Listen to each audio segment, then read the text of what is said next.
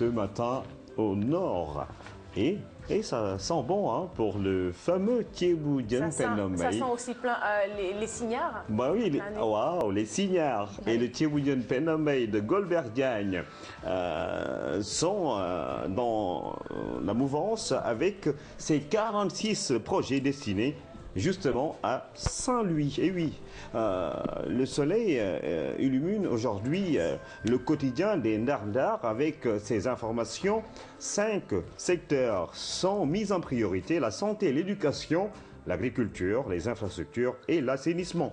Abdoul Mbaye et ses ministres ont rendu visite aux sinistrés de Guet Ndar et de Djamena relogés à Bango. Le Premier ministre qui encourage par ailleurs les citoyens à financer les infrastructures. Mais l'actualité est très têtue ces derniers jours et révèle une certaine tension et la pression qui s'accentue sur certaines écuries politiques. Et pour parer à toute éventualité, le président Macky Sall s'est bien armé pour aller à la traque des biens mal acquis, une sorte de gilet pare-balles dont on parle justement Libération, une sorte de gilet pare-balles sous forme de décret.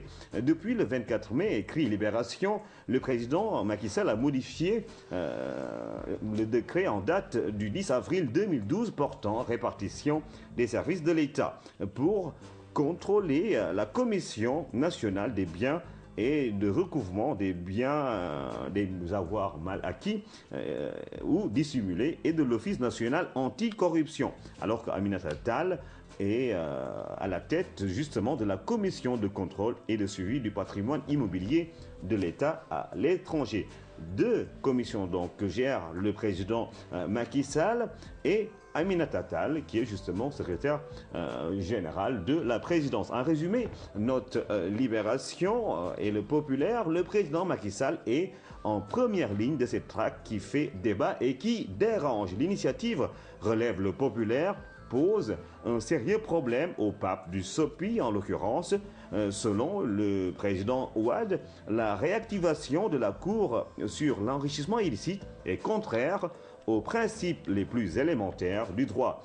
Une loi qu'il fustige parce qu'elle permet de demander à n'importe qui de justifier la provenance de ses biens. Le président Ouad qui hausse le ton et menace donc, eh bien oui, le président Ouad qui rappelle qu'Abdou Diouf n'a eu à traiter à l'époque que 2 cas et il a abandonné parce qu'il était submergé de plaintes. Nous assistons à une transformation de ce régime de liberté en un régime de liberté octroyée, surveillée.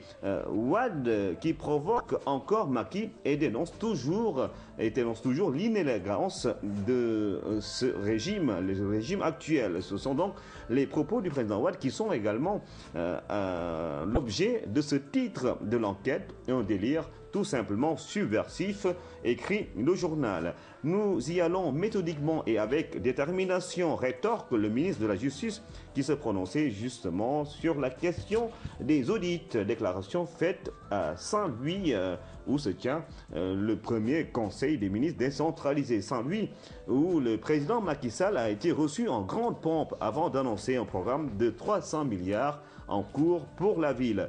Rien ne va à Saint-Louis, c'est le maire justement de la ville, ministre dans l'actuel gouvernement, qui a profité de ce déplacement à Ndarguet pour prendre le Premier ministre Abdoul Mbaye à témoin. Cher Bamba Dièye qui a listé les maux qui gangrènent la première capitale du Sénégal. Pas d'élection législative ni à Saint-Louis ni ailleurs au Sénégal si on ne nous rend pas nos véhicules. C'est le président Ouad qui menace avec ses collaborateurs d'occuper les bureaux de vote si toutefois ces véhicules ne sont pas restitués à son parti. Et puis le président Ouad qui va plus loin pour déclarer que ses partisans vont faire des marches et occuper la fameuse place de l'Obélisque. Peut-être c'est le monde à l'envers pour les politiques.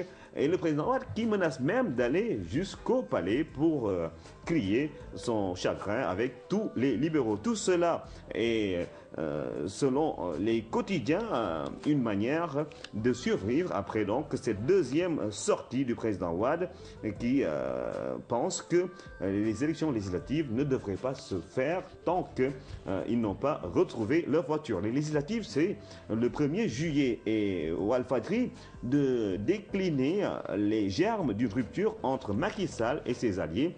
À la base, un certain manque de considération et l'absence de certains alliés sur les listes des législatives. Les alliés de Macky Sall, que Mordien appelle le Benno d'en haut, les Benno d'en haut sont très remontés contre le Benno d'en bas, Nafi. Et nous ne sommes point remontés contre toi, Ibrahim Adji, tout simplement parce que tu travailles très bien.